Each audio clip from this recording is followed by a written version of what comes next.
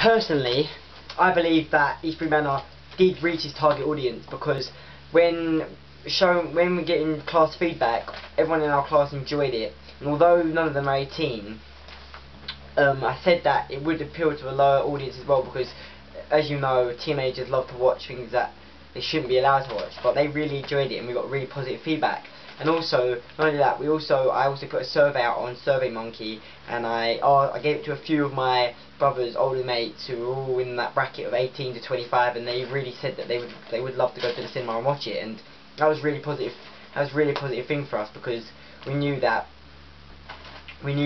that's what we wanted to achieve. And in terms of the boundaries of 18 to 35, it could even pass that as well, because I had out a survey to my dad who is past the 35 bracket. He said that he liked the look of the Opening Secrets, because he said that the historical thing really was a big factor for him watching it, and that's really good for us, because in terms of getting that mass audience, then that's going to be a big factor. The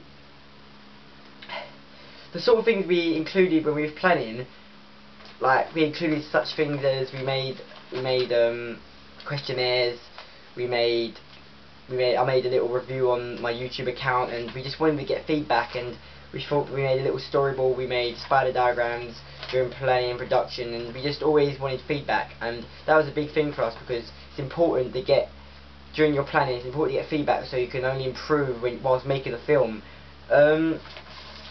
From the student feedback that we received after viewing, we got some really positive feedback, and Baldi, thanks very much mate, said that I like the use of black and white. He really felt it set the time periods, and for us that's a very big thing, because we obviously, that was our USP in terms of having two different time periods, and we was really happy that someone acknowledged the fact that we'd used that.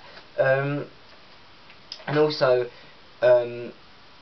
Marla pointed out that the use of the innovative shot with the looking through the keyhole was a very creative and unique shot that you don't often see with the thriller genre, and we thought that was a big shot, and we was happy with that.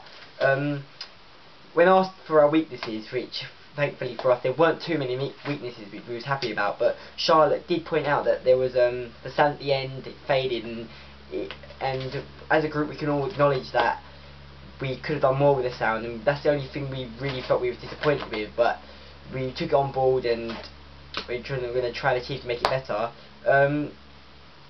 Venetia said to us that she felt the use of the props made it very original, because as you know, we put in a lot of time with the mise-en-scène. We wanted the mise-en-scène to be very high, and that was a very big thing. We had the likes of the letter, the chair, the dresses, going to the house. We all wanted the mise-en-scène to be of a very high standard.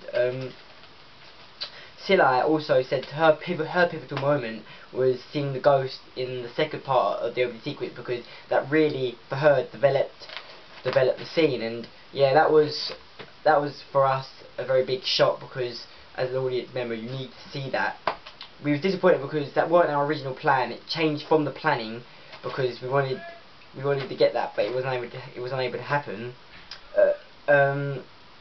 Also, Jada said that it was clear she understood the story, which was a very positive thing. For us.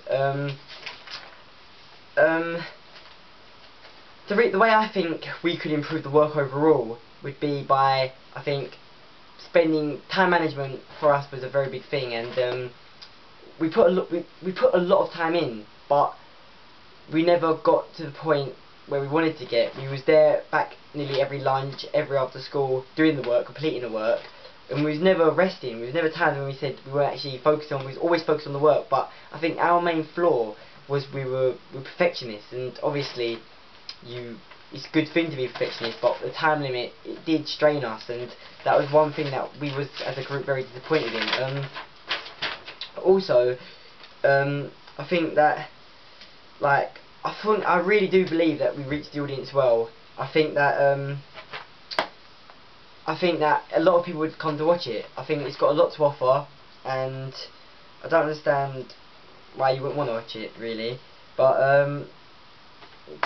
I think that the key to our opening sequence is the variety of shots, and this is what I think attracted the audience mainly, because when watching a thriller, you want to be entertained. It's got to be quick, and that's what we try to do. We try to use different shot types, and also the cutting. We try to make quick cutting because we wanted the audience to be off the edge of their seat, and that's how we really try to address and attract our audience.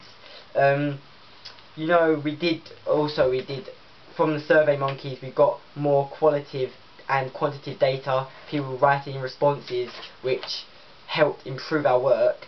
And overall, I was really pleased with how it turned out, considering what happened on our last day. There could have been more. The last shot was a disappointing factor for me as an Eastbury Manor director. That was the disappointment for me, but I think that we did well, and I think it was a good production, and I hope you enjoyed it.